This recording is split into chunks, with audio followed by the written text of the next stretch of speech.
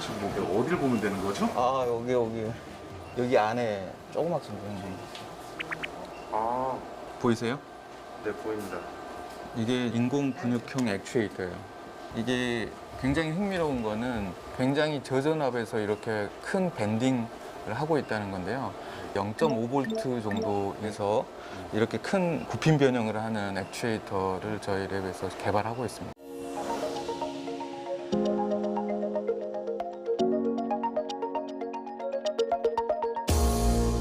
많이들 질문을 하십니다. 근육을 대체할 수 있는 것을 인공 근육이라고 하느냐라는 질문을 하는데요. 저희가 연구하고 있는 것은 인공 근육형 액추에이터입니다. 그거는 뭐냐면 생체 근육을 대체한다기보다는 생체 근육을 모사해서 만든 하나의 액추에이터로서 근육이 손상되신 분들의 어떤 재활이나 근력 보조, 착용용 로봇이나 이런 시스템에 적용이 가능하고요. 현재는 생체 의료용 기기 같은 쪽으로 이런 가능성을 열기 위해서 저희는 인공 근육을 연구를 하고 있습니다. 로봇을 움직이기 위해선 모터와 일정 수준 이상의 전기가 필요한데요.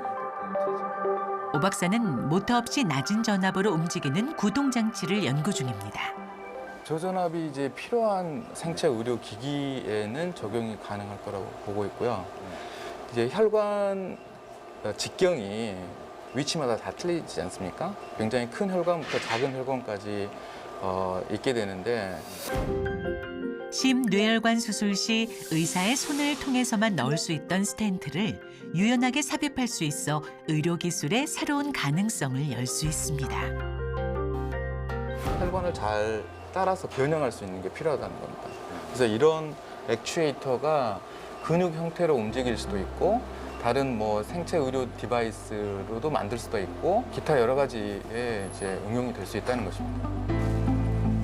흥미로운 연구가 또 있습니다. 저희가 이런 액추에이터를 가지고 재미있는 연구를 했어요. 이거는 블랙 색깔의 입이 춤추는 형태를 보이고 있습니다. 카이네틱 아트피스라고 해서 예술 소품이 이제 움직이는다는 거죠. 오 박사는 예술 분야뿐만 아니라 부드러운 동작이 필요한 분야에 다양하게 쓰일 수 있는 구동 장치를 개발했는데요. 해당 연구 성과는 국제 학술지에 게재되며 큰 주목을 받았습니다. 오 박사의 인공 근육형 구동 장치는 낮은 전압으로도 매우 섬세한 작업이 가능한데요. 심지어 사람의 손처럼 스마트폰 액정을 정교하게 조작할 수 있을 정도입니다. 이렇게 이제 저전압에서 저렇게 움직이는 액추에이터는 없었고요. 지금 저희가 한 15년 이상을 이 인공근육형 액추에이터를 연구를 해왔고 이제야 비로소 저런 정도가 지금 구현이 되고 있습니다. 흥미로운 것은 저희가 개발하는 액추에이터는 굉장히 부드럽기 때문에 어떤 디스플레이 표면 위에서 부드럽게 터치가 가능하다는 장점이 있습니다. 그래서 이런 소프트한 액추에이터들이 이런 쪽에 응용이 될 수 있다고 저희는 생각하고 있습니다. 유레카!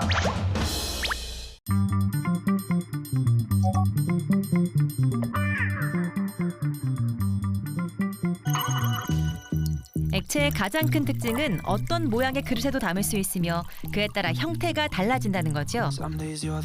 그리고 또 하나, 표면 장력을 가졌다는 것. 물방울이 동그란 모양을 가지는 것은 물의 표면적을 최소화하려고 하는 성질 때문입니다. 그럼 잔잔한 물에 충격을 가하면 어떻게 될까요? 수면을 수평으로 유지하려는 중력과 표면의 면적을 줄이려는 표면 장력에 의해 수면이 진동하게 되고 진동이 차츰 주위로 퍼져나가 물결파가 생성됩니다.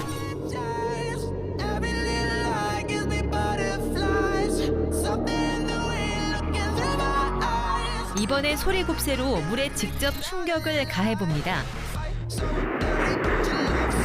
소리곱새를 두드리면 발생하는 진동 에너지 때문에 생성된 물방울들이 사방으로 튀어오르네요.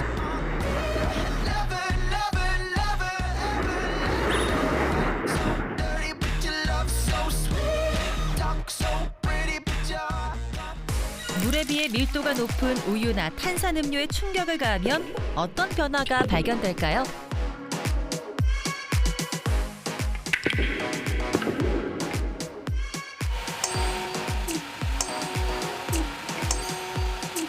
밀도나 점성이 물보다 약간 높은 우유와 탄산음료는 물과 비슷한 표면 장력을 가졌기에 진동에 대한 반응 역시 비슷하네요.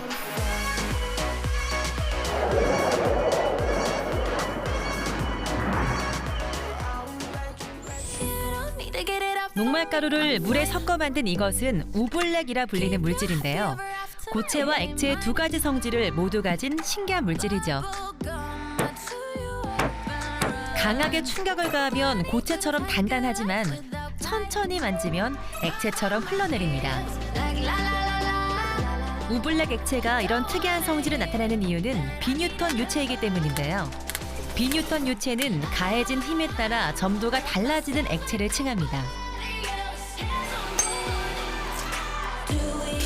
소리곱새의 진동 역시 세게의 힘을 가하면 적게 전달되고 약하게 힘을 가하면 잘 전달되는 차이를 볼 수 있습니다.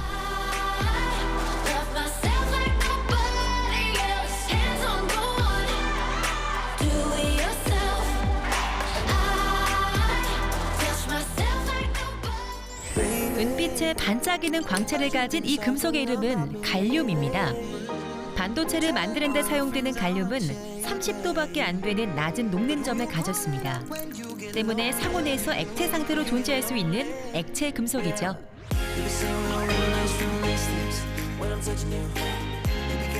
또한 물과 같이 액체에서 고체로 변할 때 부피가 늘어난다고 합니다.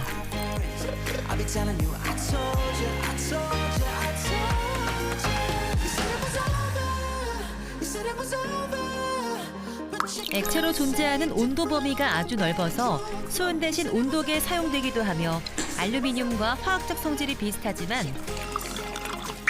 액체의 성질을 그대로 보여주네요.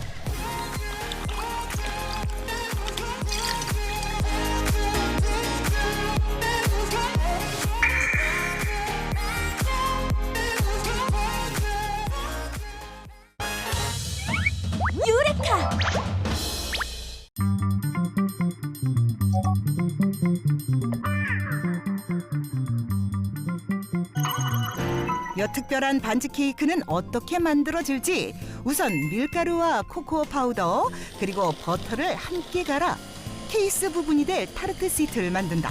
포슬포슬하게 타르트 반죽을 만든 다음에 이걸 하루 정도 숙성을 시킵니다. 숙성 후 짙은 초콜릿색으로 변한 반죽. 숙성이 끝난 반죽은 반죽기에 넣어 치댄 뒤 유산지 위에 올려 꾹꾹 눌러준다. 이 밀대로 밀어 반죽을 평평하게 펴고 그대로 냉장고에 넣는다. 타르트 반죽은 숙성을 잘 시켜야지 이제 파삭파삭하게 잘 나오거든요. 두 번째 숙성이 끝난 반죽은 원형 틀로 눌러 모양을 만든 뒤 밑면과 옆면을 붙여서 유산지를 넣고 오븐으로 직행. 20분간 구워주면 어느덧 시트는 완성. 여기 보시면은 이렇게 울퉁불퉁 하잖아요. 치즈 그라인더로 이렇게 깎아가지고 진짜 반지 케이스처럼 만들 거예요.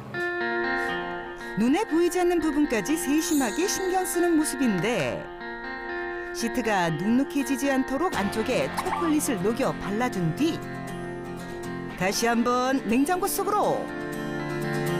냉을 충분히 먹어야지 이제 초콜릿 스프레이가 분사가 되면서 바로 착 붙어서 굳기 때문에 적어도 반나절에서 하루 정도는 냉을 다시 먹여야 됩니다.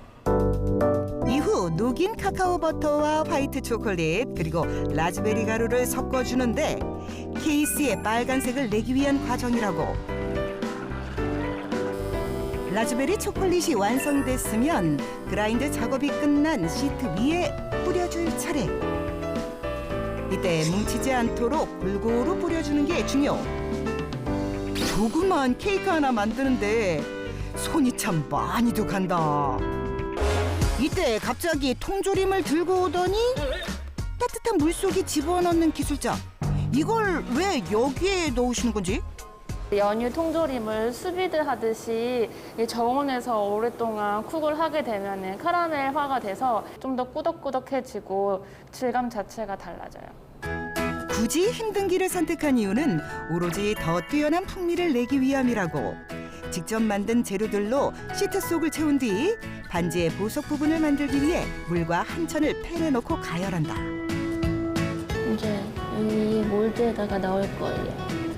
이 몰드 또한 특별하다는데 다이아몬드 모양을 내기 위해 직접 주문 제작한 거라고. 얼마간의 시간이 지나 젤리가 굳으면 다이아몬드 완성입니다. 어휴, 만약 이게 진짜면 대체 얼마야? 이제 설탕을 녹여 링 부분을 만들어줄 차례. 접고 잡아당기고 하다 보면은 이렇게 금이 돼요. 네, 그렇게 해서 이제 여기에다가 말아주면은 봉에 감싸 얇게 만든 설탕 반죽. 자세히 보니 진짜 금반지 같다. 다 만들어진 시트에 접착제 역할의 라즈베리 시럽을 바른 뒤 완성도 높여줄 장신구와 뚜껑을 붙여 케이스를 완성하고 마지막으로 반지까지 제자리에 넣어주면 반지 케이크 완성입니다. 수많은 작업 과정을 거쳐 탄생한 반지 케이크. 이게 전부 기술자의 손끝에서 나온 작품이라니 디저트라는 게 믿기지 않는 엄청난 비주얼이다.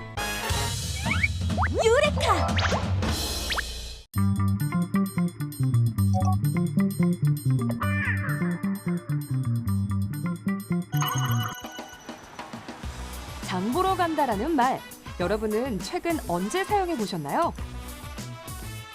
물건을 사야 한다면 직접 시장이나 슈퍼마켓에 가서 눈으로 보고 손으로 만져보고 신선도를 확인하고 상인에게 궁금한 걸 물어보는 등 여러 과정을 꼼꼼히 거친 뒤에야 비로소 구매를 하던 시절이 있었습니다. 그땐 그게 당연하다고 생각했었죠.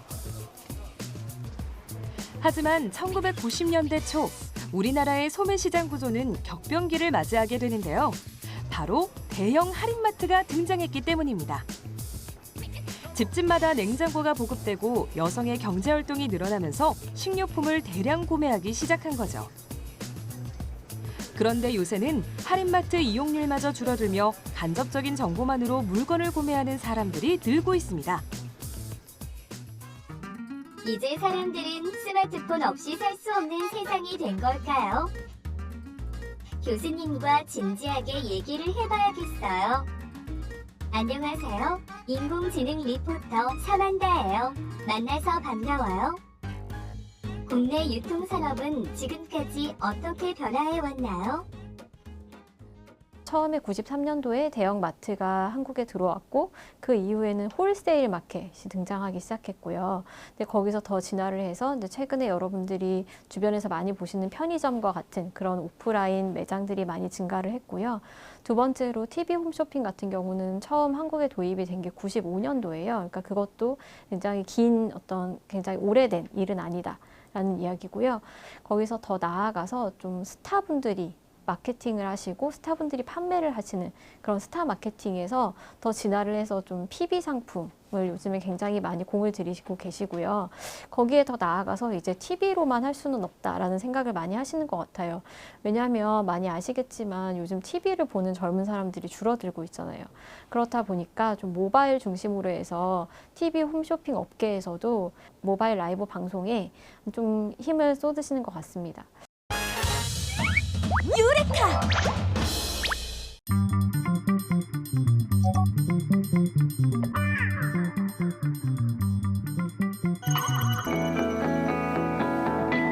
최근 오 박사 팀은 인공근육 실용화에 발목을 잡았던 단점을 극복하고자 새로운 연구를 시작했다고 합니다.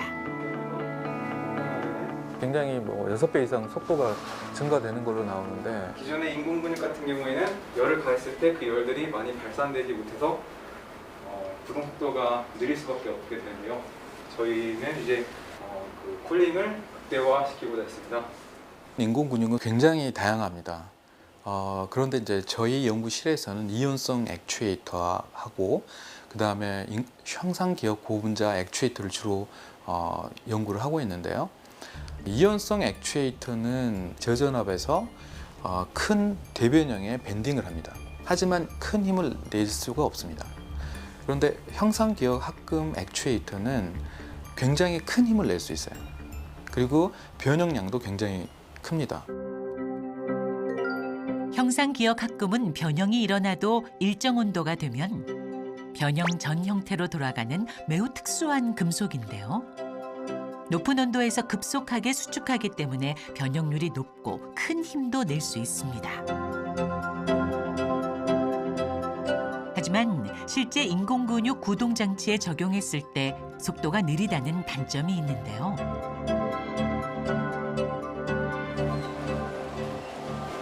원래는 그 일반 실처럼 되어 있습니다. 근데 이제 저희가 보시다시피 이제 코일로 생성을 해서 스프링 형태로 만들게 되면은 이제 인장과 수축을 자유롭게 할 수가 있는데요. 250다발짜리고요. 이게 이제 50다발짜리, 이게 25다발, 이게 10다발, 이건 이제 한 다발인데요. 여러 다발을 쓰게 되면은 그만큼의 많은 힘을 낼 수 있다는 장점이 있습니다. 형상기억 합금 구동장치의 특징을 간단한 실험을 통해 보여준다는데요. 전기로 열 수축을 하며 빠르게 구동하지만 열을 식히는 과정에서 느린 회복 속도를 보이게 됩니다. 일단 이거 보시면 왼쪽에 있는 거는 나이티놀이라고 하는 순수 형상기억 합금이고요. 오른쪽은 형상기억 합금에 카본 나노 와이어를 성장을 시킨 거가 되겠습니다. 그래서 비표면적을 늘려서 속도 향상을 지금 개선하는 연구를 하고 있습니다. 오 박사 팀이 새롭게 개발한 형상기억 합금은 소재를 보완하면서 기존의 단점인 열 방출 속도를 높였는데요. 여기에 한 가지를 추가로 더해 연구 중이라고 합니다. 에어 블로잉이 될 수 있게 시스템을 만들었습니다. 향후 인공 근육을 넘어 이족 보행이나 사족 보행 로봇에 사용되는 것을 목표로 연구 중이라고 합니다. 어떻게 보면 느려 보이실지 모르겠는데요. 이게 지금 현존하는 형상기억 합금 액추에이터의 최고 속도입니다. 앞으로 좀 더 개선해서 더 속도를 올릴 계획이 있습니다. 유레카!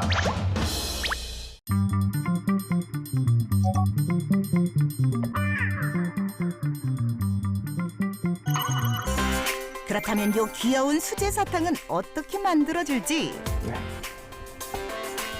캔디를 만들기 전에 먼저 도안을 만든 다음에 그 모양을 만드는데 제가 마음에 드는 캐릭터나 아니면은 제가 좋아하는 과일들을 주로 하고 있습니다. 우선 커다란 냄비에 물과 설탕, 물엿을 배합하는데 이때 정확한 비율을 지키는 게 중요하다고. 물은 200, 설탕 1000, 그리고 물엿 150 이렇게 들어가요. 재료가 준비됐으면 설탕이 완전히 녹을 때까지 끓여줄 차례. 양에 따라 좀 다르긴 한데 보통 한 20분에서 25분 정도 끓여주면 적정한 온도가 돼요. 깨끗한 대리석 위에 끓은 설탕물을 붓는데 작업물을 식히면서도 망가뜨리지 않는다는 게 장점이 있어 디저트를 만들 때 자주 사용된단다. 이후 색이 겹치지 않도록 구역을 나눠 반죽이 굳기 전 식용 색소를 뿌려주는 게 핵심. 제가 원하는 색깔을 넣어가지고 모양 만들어야 되기 때문에 다양한 색깔을 지금 넣었습니다. 이때 갑자기 반죽 위에 의문의 하얀 가루를 뿌리는데 대체 뭘 뿌리는 건지? 설탕이 달기만 하면 맛이 없기 때문에 새콤한 맛을 넣기 위해 이제 구연산을 넣고 있습니다. 색소와 구연산을 입힌 사탕 반죽은 굳어서 대리석에 붓기 전에 따뜻한 조명 밑으로 피신. 반죽이 굳어버리면 더 이상의 작업이 불가하므로 적정 온도를 맞추는 게 중요하단다. 이때 장갑을 끼더니 설탕 반죽을 웬 고리에 걸고 인정사정 없이 늘리는 기술자. 이건 또 무슨 광경인지? 왜 늘리는 거예요? 이 사탕 안에 공기를 넣어줘야 먹을 때 식감이 너무 딱딱하지도 않고 맛있게 드실 수가 있습니다. 많이 당길수록 반죽색이 옅어지므로 진한색 반죽은 거의 당기지 않는 게 좋단다. 반죽 열기에 조명까지 더해진 상황. 굉장히 뜨거워서 땀이 많이 나요. 지금도 등이 젖었는데 여름에는 거의 사우나죠. 이후 설탕 반죽을 적당량으로 자른 뒤 다른 색상과 겹겹이 쌓아주는 기술자 이유가 있다고. 그 안쪽 모양을 내기 위해서 지금 색을 더 씌우고 있어요. 잘 말아줘. 마치 김밥을 말듯 계속해서 돌돌 말아주는데 동그랗게 계속 굴려줘야 모양이 망가지지 않기 때문에 수시로 이렇게 모양을 만져줘야 됩니다. 잘 말린 반죽은 이제 길게 늘려 잘라줄 차례. 단면을 확인해 보니 어머나 예쁜 오렌지 등장. 돌돌 굴려주며 열기는 식히고 모양까지 잡아주고 나면 오렌지 같은 레몬 사탕 완성입니다. 레몬? 어머 난 오렌지인 줄 알았네. 이제 화이트데이니까 사랑의 하트를 사탕에다 넣어볼게요. 이번에는 사랑이 넘치는 사탕을 만들어주겠다는 기술자. 과연 어떤 사탕이 나올지. 빨간색 반죽으로 하트 모양을 만든 뒤 아까처럼 반죽을 덧대 말아주고 나면 하트 완성입니다. 보기만 해도 사랑에 빠질 것 같은 하트 사탕 완성! 사용하는 색이나 그림에 따라 분위기도 천차만별. 글자까지 새길 수 있으니 탈색조가 따로 없다. 유레카!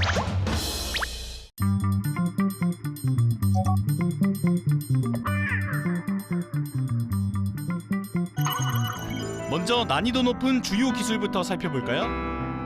처음 볼 기술은 퐁쉐 밸런스.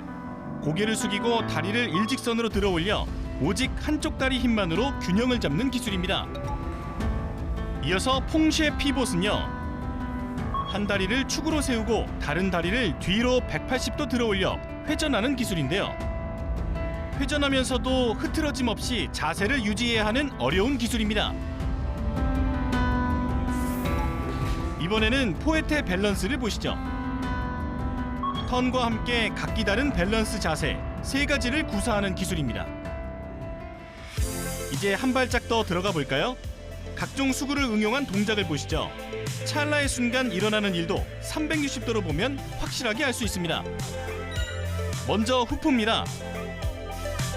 주로 돌리거나 굴리고 던져서 잡는 후프. 후프를 다리에 걸어 돌리며 몸을 아치 모양으로 만든 후 뒤쪽으로 넘기는 뒤허리 제기 동작인데요. 이 동작을 360도로 보면 어떨까요? 손이 아닌 다른 신체, 즉 다리의 힘을 이용해 후프를 돌리고 있는데요. 후프와 다리를 동시에 컨트롤해야 하는 기술적으로 난도가 높은 동작입니다.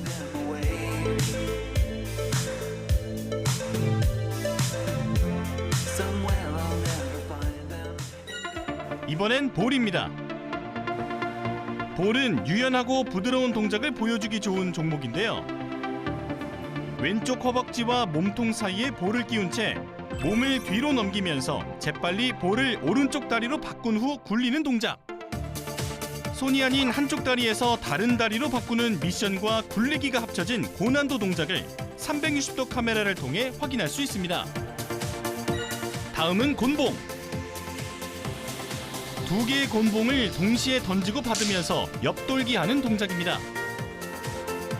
던진 곤봉이 공중에 떠 있는 그 찰나, 재빨리 옆돌기 하면서 곤봉을 잡는 모습이 360도 카메라에 고스란히 담겼네요. 마지막으로 리본입니다. 앞서 소개한 퐁쉐 피봇을 이용한 동작인데요. 강력한 회전력 덕분에 리본 특유의 화려함이 돋보입니다. 360도로 보면 어떨까요? 360도로 보니 손끝에서 빨간 장미 한 송이가 피어나는 것 같은데요. 변화무쌍한 표현이 가능한 수구, 리본의 매력은 여기서 끝이 아닙니다. 끝으로 포에테 밸런스를 응용한 동작인데요. 손으로 리본을 그리면서 다리를 높이 찬 후 옆과 앞 그리고 홀드까지 총 3가지 형태를 함께 보여줘야 하는 다이내믹한 밸런스 기술입니다. 리본을 쥔 손으로 쉴 새 없이 모양을 만들면서 동시에 코어 힘을 이용해 다리까지 180도로 세워야 하는 난도가 높은 동작입니다. 유레카!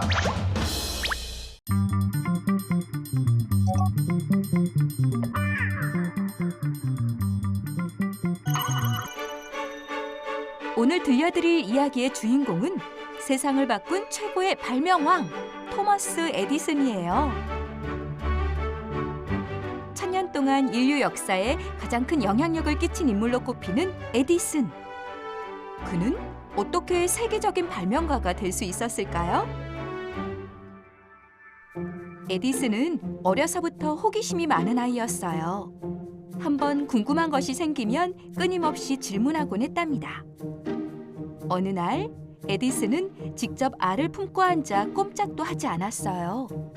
그러곤 한참 그를 찾던 엄마에게 물었죠. 암탉처럼 품었는데 이 알은 왜 안 자라요?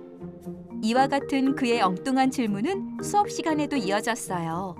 그때마다 주변 친구들은 손가락질하며 놀려댔죠. 결국 석 달 만에 학교를 그만두어야 했답니다. 하지만 에디슨은 호기심이 주는 즐거움을 절대 포기하지 않았어요. 그 결과 무려 1000여 종의 발명품을 만들어 세상을 깜짝 놀라게 했답니다. 특히 수명 40시간짜리 백열전구를 만들어 지금까지 우리 일상에 큰 도움을 주고 있죠. 이처럼 에디슨이 수많은 발명을 할 수 있었던 원천은 바로 흥미. 그는 자신의 연구가 일이라 생각하지 않고 재미있는 놀이라 부르며 발명하는 것을 즐겼어요. 수많은 실패를 거듭하면서도 발명에 대한 흥미를 놓지 않고 도전했죠. 이렇게 매 순간 흥미를 잃지 않았던 덕분에 위대한 발명왕이 될 수 있었답니다.